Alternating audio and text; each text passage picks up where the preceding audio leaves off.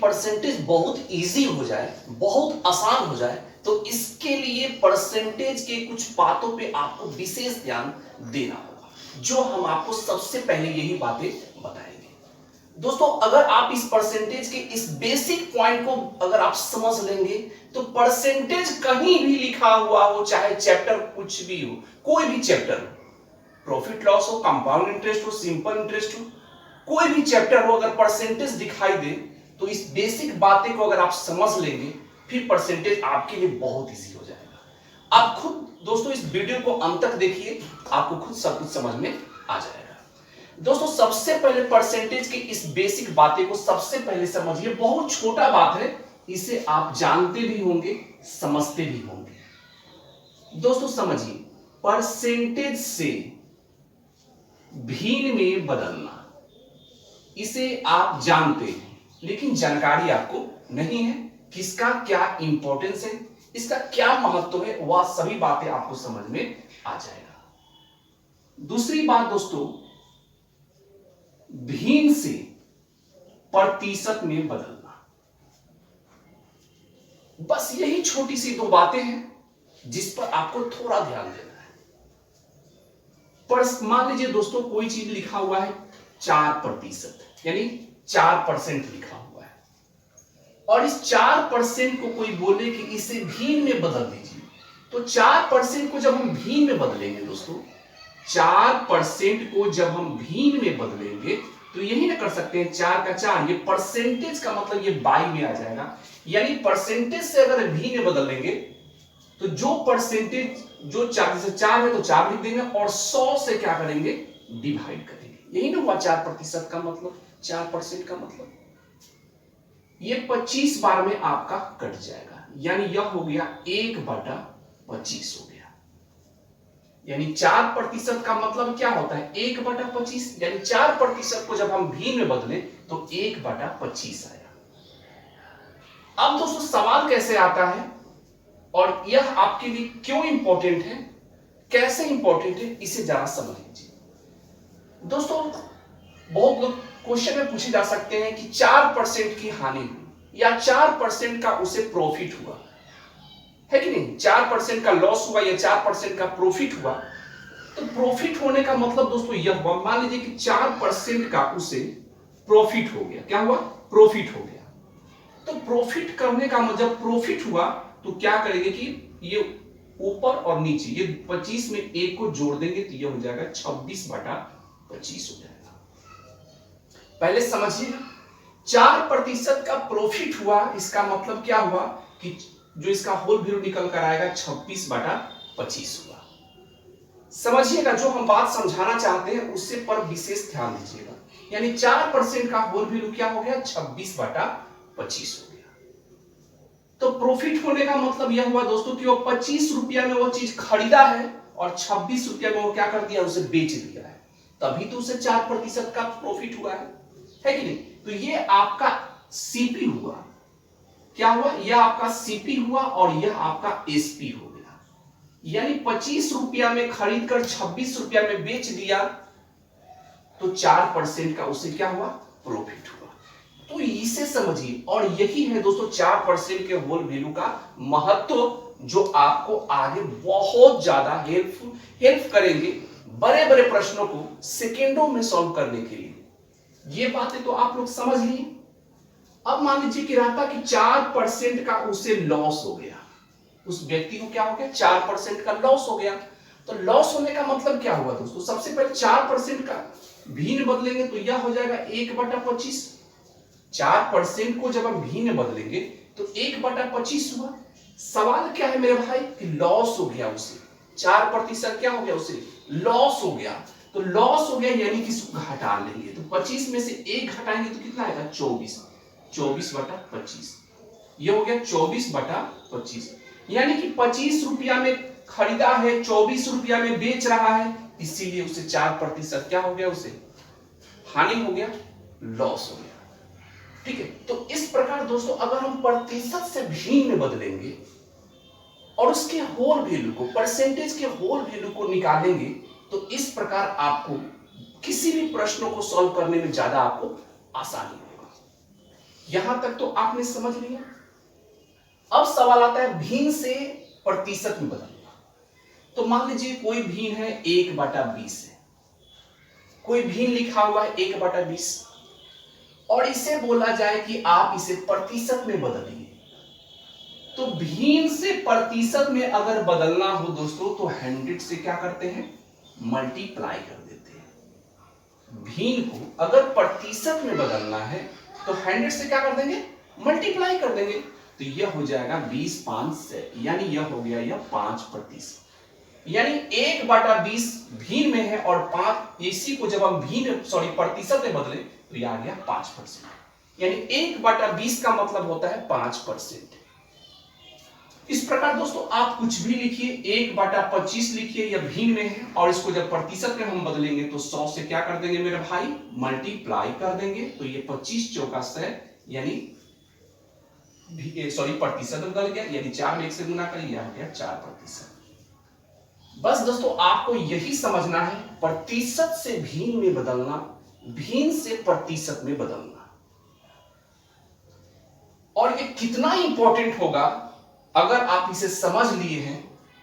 जब पूरा वीडियो देखेंगे आप तो आपको सब कुछ समझ में आएगा। सबसे पहले हमने आपको बताया कि परसेंटेज से भिन्न में बदलें और भिन्न में बदलने के बाद अब जोड़ते हैं, जो घटाते हैं। मैंने बताया कि प्रॉफिट होगा तो जोड़ देंगे, लॉस होगा तो माइनस कर देंगे।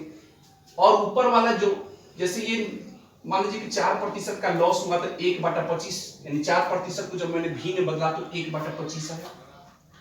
लॉस हुआ है मेरे भाई तो 25 में से 1 हम माइनस कर दिए तो 24/25 आ गया। यानी 25 रुपया में वो खरीदा है मेरे भाई और 24 रुपया में वो बेच दिया है, जिससे उसको 4% का क्या हो गया, लॉस हो गया। चलिए दोस्तों अब हम इसके प्रश्नों को सॉल्व करते हैं, देखते हैं प्रश्नों को, जो आपके लिए बहुत आसान होने वाला है। परसेंटेज अंत तक जरूर देखिएगा, बहुत ही ये वीडियो आपके लिए हेल्पफुल होने वाला है। तो आइए इसके प्रश्नों को हम लोग देखते हैं, समझते हैं। दोस्तों प्रश्न है 80 metre 80 metre is what percent of 5 kilometre. 80 metre 5 kilometre का कितना प्रतिशत होगा। दोस्तों 80 मीटर तो 80 आप लिख दीजिए, मीटर किसका, 5 किलोमीटर का। तो जिसका का हो उसको आप नीचे लिखिए।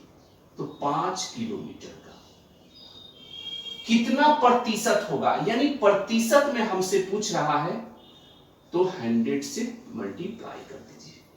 क्लियर है।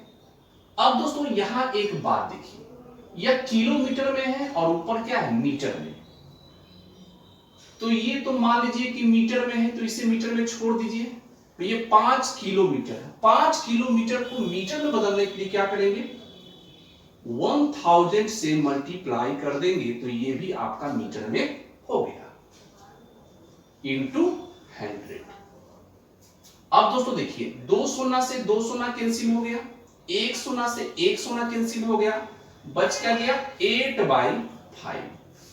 8 में 5 से डिवाइड करिएगा तो ये आ जाएगा 5 इकाई 5 और ये हो जाएगा 6, यानी 1.6% आपका निकलकर आंसर। यानी 80 मीटर 5 किलोमीटर का 1.6% होगा।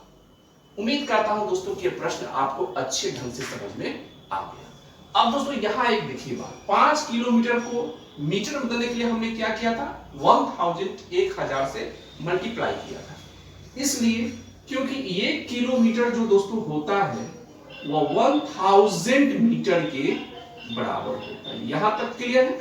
इस प्रकार दोस्तों आपका 1.6% सही आंसर होगा, जो कि ऑप्शन सी आपका सही। उम्मीद करता हूं कि प्रश्न आपको समझ में आ गया होगा। देखते हैं of 1206 is what percent of 134। 1206 का 1/3 134 का कितने प्रतिशत है। सबसे पहले दोस्तों 1206 का 1/3 पता कर लीजिए। तो 1206 का मतलब गुना 1/3, तो ये हो जाएगा 4 12 0 3 2 6। यानी दोस्तों 1206 का 1/3 जो होगा यह होगा आपका 402। यहां तक तो आप लोग समझ लिए। अब आगे कहता है दोस्तों कि 1206 का 1/3 134 का, तो 1206 का 1/3 402 है, ठीक है। यह जो है 134 का, जिसका बोले उसको आपको नीचे लिखना है। तो किसका? 134 का। कितना प्रतिशत है मेरे भाई? तो परसेंट 100 से मल्टीप्लाई कर लीजिए, तो प्रतिशत में आपका निकल कर आ जाएगा। अब इसे दोस्तों करेंगे तो ये 4 बार में आपका, सॉरी 3 बार में यह कट जाए। कितने बार में? 3 बार में, ठीक है।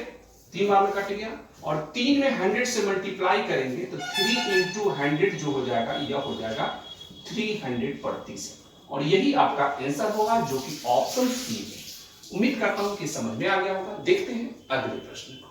प्रश्न है, यदि a का 90% और b का 30% आपस में बराबर हो तथा a का x% b के बराबर हो, तो x का मान बताएं। दोस्तों a का 90% बराबर है किसके?